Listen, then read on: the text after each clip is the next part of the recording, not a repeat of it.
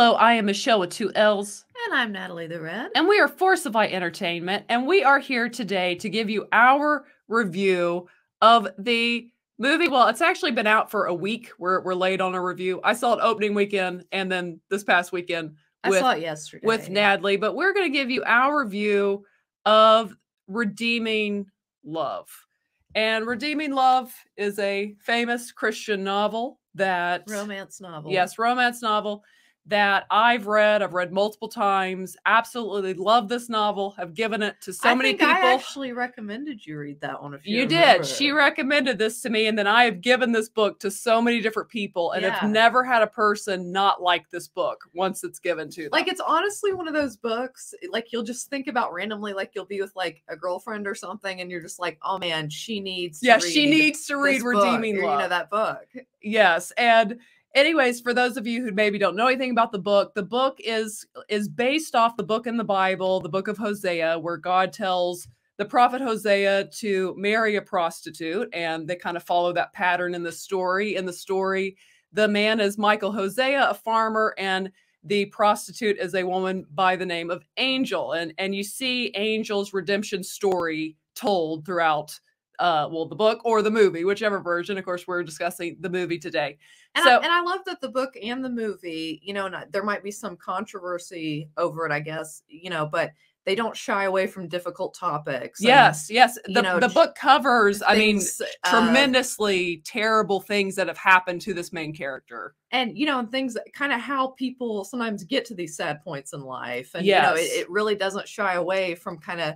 But that's actually something I want to point up, because it does address difficult things. I think that the movie does it. They get the point across while still doing it very tastefully. Like you get what was happening or what's implied. They did an excellent job of doing that, keeping it tasteful, but while also showing you this is what happened. Or this is the reality of some of these situations. Yes. So how does this movie compare to the book? This book that has sold millions upon millions of copies, is a beloved Christian novel. Well, I'm going to say this. I have now seen this movie 3 times. So thrice. I have a good, I can really tell you what I think about it.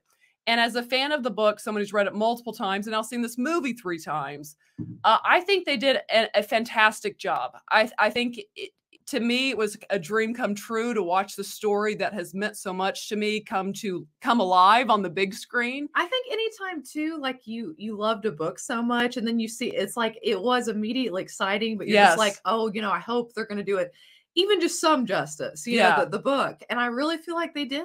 They really do. Yes, they did. And that's what I was going to say. If you have read this book and you enjoyed it, then you'll enjoy the movie. If you've yet to go see it. I really feel pretty firmly you will. Yes. I mean, obviously, when the book itself is almost 500 pages, there's things that they're going to have to leave out in a 2-hour movie. Right. That you as the book reader know, like you can kind of fill in the blanks.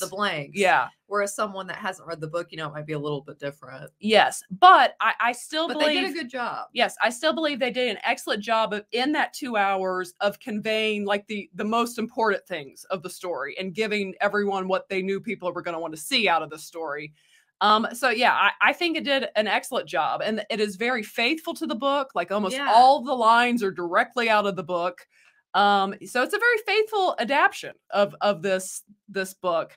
And that kind of leads me into, if you're going to get a story right, when you have this character of Angel that we've all imagined in our mind of what she is like, what she looks like, you've got to get that right. And that is so hard to do. It's almost impossible to do, because we create, these people with our imagination when we read books based off their description that the writer is given. Yes. But I was going to say that Abigail Cowan, the actress who played Angel, it was just like, that's Angel. It was like, I looked at her, I was like, she's Angel. This is it. That's what I was telling her actually after the movie, that it just kind of, as the movie went on even more and more so, it was just like, wow, like they really did kind of like bring her to life. Yes, like that character. Totally. And she did it just physically awesome. Yes, beautiful. And she did kind of just that natural beauty. And she did such a fantastic job in that role, because there were times I was telling her yesterday, I was thinking of one scene in particular that she does such great face acting to where it's like with her face, she's telling me multiple sentences of what she's thinking. And that's just an excellent job.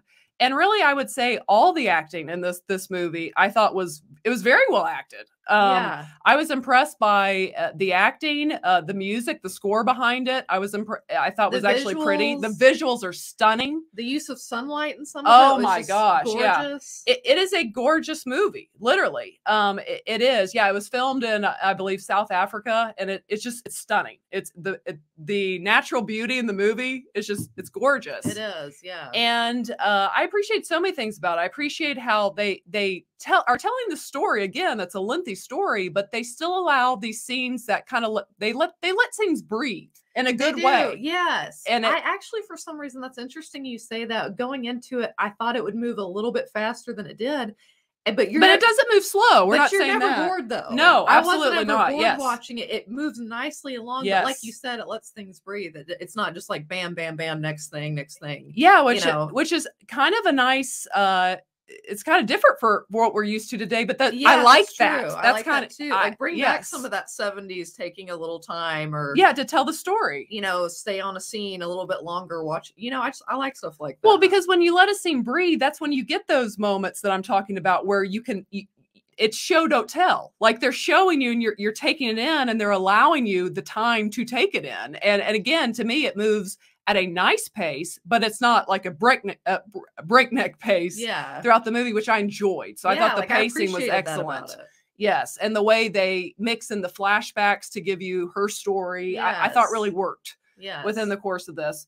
And then I think, everything again down to like the hair and makeup department. I thought they did a fantastic job. Girl's hair was on point. Yes, she was. Yeah. Gosh. Yeah. Angel looked stunning as she's supposed to. And throughout this movie, I fell in love with her by the end of the movie.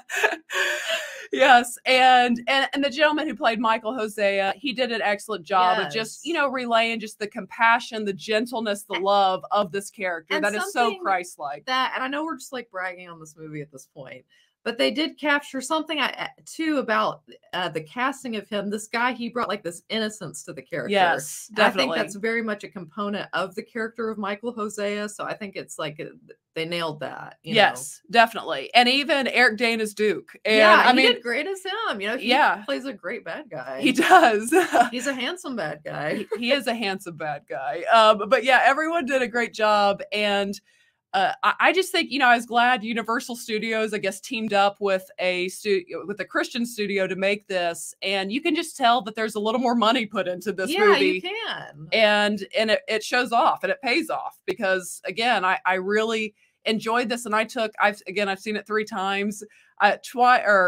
One of the times I took 2 people who had not read the book, and they both really enjoyed it. So I mean, this very well is something, and then they wanted to go read the book. So I think it can kind of work both ways. I think obviously you'll enjoy it the most if you've read the book, but you also, if you're someone who's read the book, take someone who hasn't read the book and let them watch this movie with you, and they very well will enjoy it and probably go read the book after that. But anything else, Natalie? I just want to say, give it a chance. Like, even if you haven't read the book, like maybe, or just, read the book too. Definitely. Yes. But there's so many just rich themes. I mean, it's just like almost like just forgiveness, mercy. Redemption. And it's one of those books, like you could read it more than once, or maybe watch the movie more than once and catch different things, like something that maybe touches you, or so it's a special story in that way.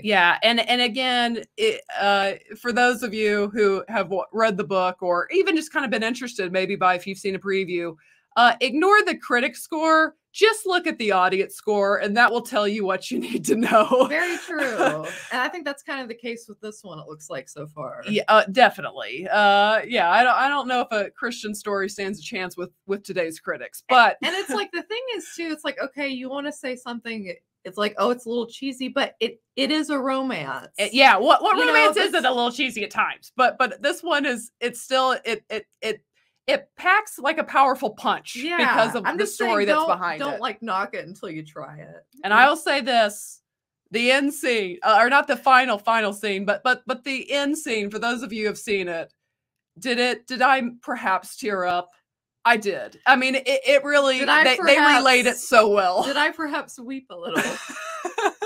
Correct. But they were tears of joy. They were. Yes, and again, it just kind of, as I'm closing my thoughts, it was just such, for those of you who have read the book and maybe haven't seen it yet, I highly recommend it. It was literally a dream come true to watch this book that I love so much come to life on the big screen, and for them to do it so well, because I was so afraid at them ruining this. Be a wreck. Yes, and they did it so well, and I was so pleased, and we'll definitely buy it as soon as it comes out. But yeah, that's kind of my thoughts on.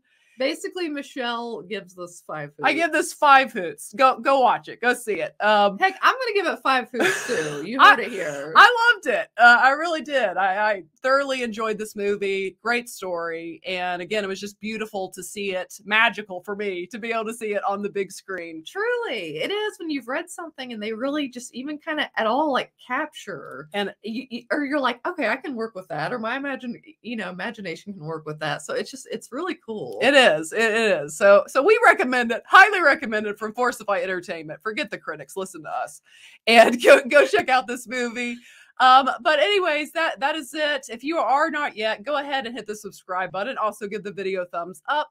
And as always, ladies and gentlemen, remember for stopping by. Remember to be a force of light. All right. Bye, guys. Bye.